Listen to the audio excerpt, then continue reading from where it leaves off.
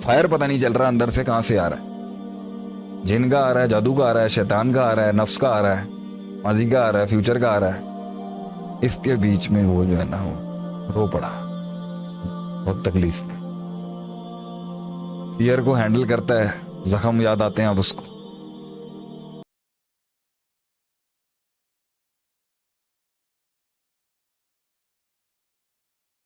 लेकिन हुआ ये, सब सुने अब बैठ के, हुआ ये कि एक इंसान था, वो गुस्सा निकालता ही नहीं था कभी, और बड़ा ऊपर से बड़ा कंपोज दिखता था।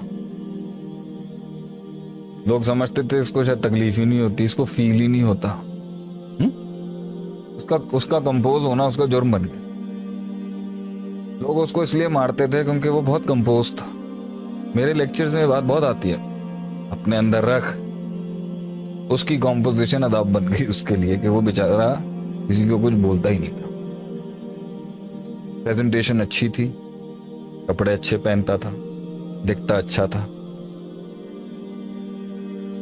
लोगों को लगता था भाई हर वक्त ही हंसता खेलता रहता है, हर वक्त ही पॉजिटिव बातें करता रहता है, हर चीज सही करता है, इसको थोड़ी कोई तकलीफ हो। लेकिन उसने अपनी फ्रस्ट्रेशन कभी भी कहीं नहीं निकाली। जो लोग उसके साथ करते रहे, जाने अनजाने में उसके साथ जो किसी ने अल्फाज बोल दी, तो वो ना उसके अंदर कलेक्ट हो ही रहा था। उसके पास अल्लाह की एक और बड़ा गिफ्ट था, निस्यान का। वो भूल जाता था, उसको याद ही नहीं रहता था। और क्योंकि वो अल्लाह वाला इंसान था, वो कहता था जान दो। ये एक दीनदार आदमी की कहानी सुना रहा हूं। तो बड़ा कुछ उसके साथ हुआ उसकी लाइफ में, उसने जो मुझे सुनाया, लेकिन वो फटा नहीं कभी। बशाश बशाश भी रहा, क्योंकि वो भूल जाता था। और उसके पास एक सबसे बड़ी आस ये थी, एक तो अल्लाह था और किसी के ऊपर भरोसा भी करता था वो। बहरहाल तो उसे जितने भी छुरे मारे गए, उसको ये तीनों फोर्सेस जब अटैक करती थी ना, डर, गम और गुस्से की, वो उसको न्यूट्रलाइज कर लेता था। अल्लाह के पास से भी न्यूट्रलाइज कर लिया करता था, नमाज पढ़ता था, न्यूट्रल हो जाता था, भूल जाता था। यार वो जानते भी कह दिया करता था। अब उसको वहां से एक छुरा मारा किसी ने, जो उसकी सबसे सेंसिटिव डोमेन थी रिश्तों के अंदर। तो मछली की तरह तड़पा, लेकिन कंटेन कर गया। एक ने और मारा उसको, फिर मछली की तरह तड़पा, लेकिन कंटेन कर गया, बर्दाश्त कर। तीसरे ने इस तरह मारा उसको फैमिली के अंदर,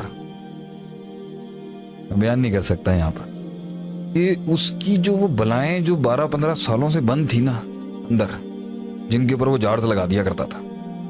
बलाएं आप में भी हैं, मुझ में भी है, बोलता कुछ नहीं आदमी, लेकिन विजन की वजह से उसकी नजर नहीं जाती। उसके मकसद और विजन की वजह से इंसान जो है ना, देख नहीं रहा होता कि ये भी है। और अल्लाह इंसान के देखने की आंख को और हिस्स को इतना बड़ा कर देता है कि बंदा कहता है जान दे कुछ नहीं। उसको उस छुरे ने ना उसके 18-20 पॉकेट्स और खोल दिए।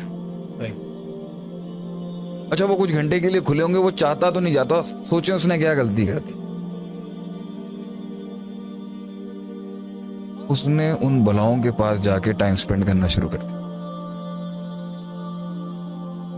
रोज के 2-3 घंटे वो किसी एक याद के साथ, रोज के 2-3 घंटे किसी और उसके साथ। तो उसने अब उन बलाओं के साथ टाइम स्पेंड करना शुरू कर दिया बगैर उस्ताद के। And those monsters started feeding on that person, fear, hope and love and anger. कि वो दे रहा था टाइम उसको, वो उसका फीड करना शुरू हो गया। वो बलाएं जो थी ना, जो अल्लाह की वजह से, जन्नत की वजह से, आखिरत की वजह से और दुनिया में कुछ खास लॉयल्स और वफादारों की वजह से जो उसकी खड़ी थी ना, पहले वो हिली। उसने जो पक्की डोमेने थी, उसने उनकी बेसिस पर वहां भी सोचना शुरू कर दिया।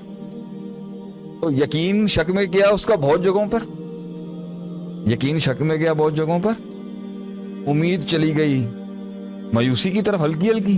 अच्छा रोज जा रहा है, अच्छा रोज कुएं में जा रहा है और रोज टाइम स्पेंड कर रहा है वहां, जो उसने 12-15 साल नहीं किया।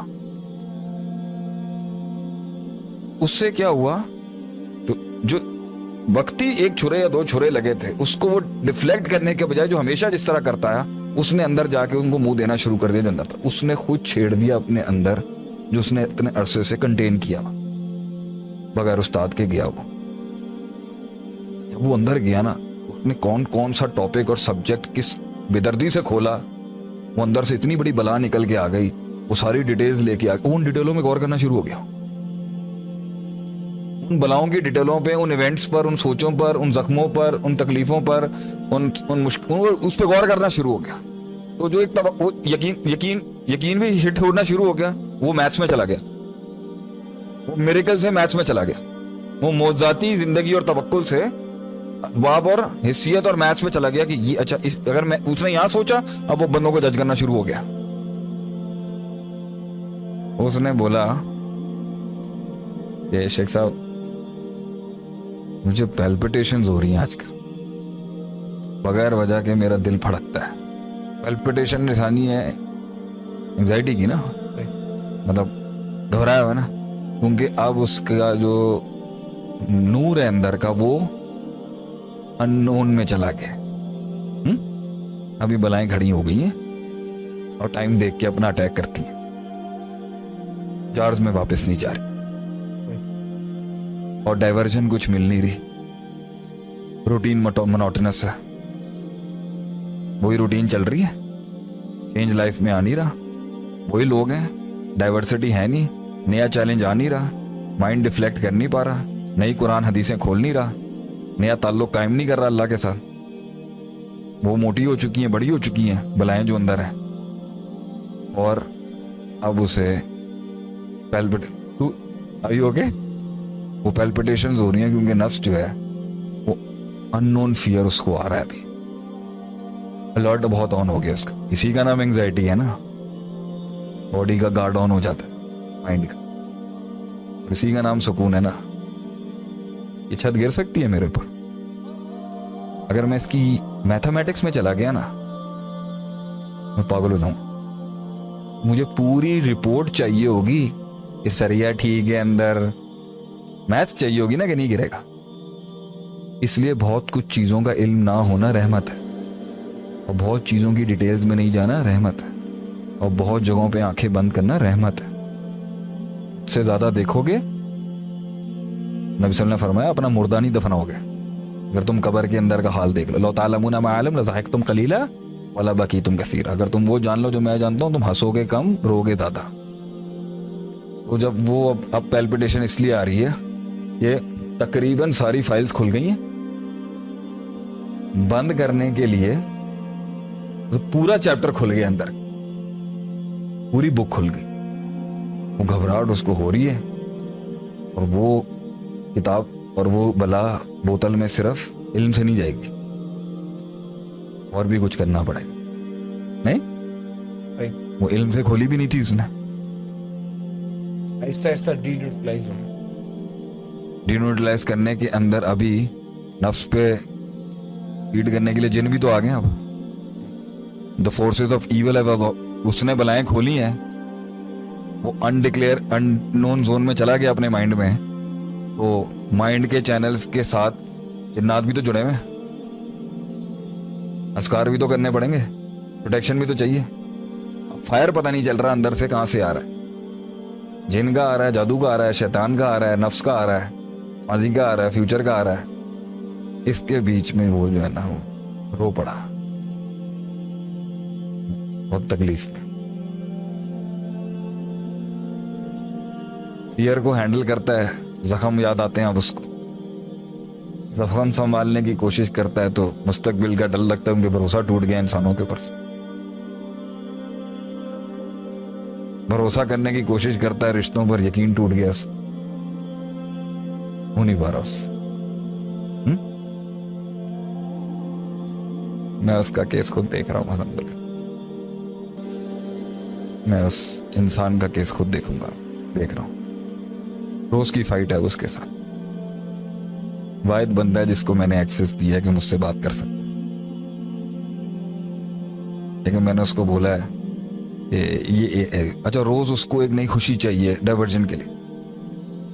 3 घंटे के बाद 3 घंटे उसका माइंड रिफ्लेक्ट होता है, मगर फौरन वो बनाए बहुत स्ट्रांग हुई है ना। फिर पैल्पिटेशन। नॉर्मल रहते हुए भी उसको डर क्यों महसूस? पहले यकीन था ना कि अल्लाह संभाल लेगा, अभी भी यकीन है, मगर इस लेवल पे जाके छुरा मारा है कि वो हिल गया आगे से। बहुत छुरों से नहीं हिला, मगर ये वाला इतना सख्त उसने थोड़ा मार के ना अंदर घुसाया, बहुत जोर से था। तो आप कहते हैं ना मुझे, हसन भाई देखा आप कैसे चल रहे हैं, इसके बाद ये जुमले तुम लोग कहते हो ना मुझे, अब कैसे यकीन आपको इंसानियत पे इसने आपके साथ ये कर दिया। हिम्मत हौसला चाहिए। कौम के लोगों को मेरा यही जवाब है, अगर आपने अंदर की दुनिया में डाइव करनी है बगैर किसी मेंटर और उस्ताद के नहीं करिएगा। You have to take a dive with a teacher जो अपनी बलाओं से खेला हुआ होता है, वो आपको आपकी बलाओं से लड़ना सिखाएगा। सच बताएं, सुकून में ये सब कॉन्कर हो सकता है।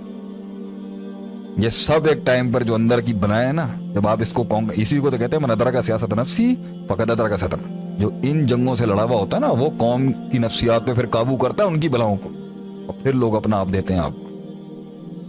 कैसा लगा आज का आपको सेशन? कुछ इत्मीनान सुकून मिला? ये कोई डर खौफ नहीं अंदर है, भी पाला हुआ भी हमने। डाइवर्ट और डिफ्लेक्ट करना है, निकलना है। विजन और मकसद की भूख, मंजिल तक पहुंचने की लगन, अल्लाह की याद, जन्नत में मकाम, दुश्मनों के साथ वो सनसनियत, पॉलिटिक्स और वो सियासत के साथ जुड़ा हुआ वो विजन की ग्रैंडियोसिटी नफ्स से बड़ी। जब जात मकसद से बड़ी होगी तो जात डूब जाएगी अपने अंदर। जब मकसद जात से बड़ा होगा, लड़ जाएगा आदमी अपने आप से, भुला देगा वो मकसद की क्यूरियोसिटी उसको आगे लेके चलेगी कि नहीं यहां नहीं रुकना, अभी नहीं बनता, भुला देगा वो उसको, वो चलता रहेगा। लेकिन आगे भी एक डिप्रेशन खड़ा हो सकता है जब वो रिटायर हो रहा होगा। तो इसलिए कहते हैं अल्लाह के साथ आज से जीना शुरू करें, क्योंकि जब कोई आपके साथ बुढ़ापे में नहीं होगा ना, तभी अल्लाह ने तब आपकी साइकोलॉजी उसके साथ इतनी जेल्ड इन हो चुकी होगी कि आप सुबह शाम जब अल्लाह के साथ बातें करते हैं, गम शेयर करते हैं, उससे अपनी दुखों की बात करते हैं, कुरान पढ़ते हैं, उसके साथ अपनी दिल लगी लगाते हैं, तो आपको एक इनविजिबल फ्रेंड जो है, आज से आपको जीने की आदत होगी, तो 10 साल बाद आपका वो दोस्त कितना पक्का और आंखों से दिखता होगा वो दोस्त। जब 50 की उम्र में जाके उसको देखना शुरू करना है, तो नफ्सियात इतनी ब्लर हो चुकी हुई है दुनिया को देख देख के, अल्लाह दिखना मुश्किल हो जाता है। आज से देखना शुरू करेंगे तो एक दिन दिख जाएगा आपको। Somebody is saying मेरे 7 साल का मसला हल हो। अगर किसी के 7 साल का मसला हल हुआ है तो मेरे हक में दुआ करें, अल्लाह ताला आपके शेख को औलाद दे। अल्लाह ने हमें 12 साल एक नेमत से हिकमतन नहीं दिया होगा, हमारे लिए दुआ कर दें अल्लाह ताला हमें औलाद दे, हम उसे भी अपनी कौम के ऊपर अल्लाह के दीन के लिए कुर्बान कर देंगे इंशाल्लाह।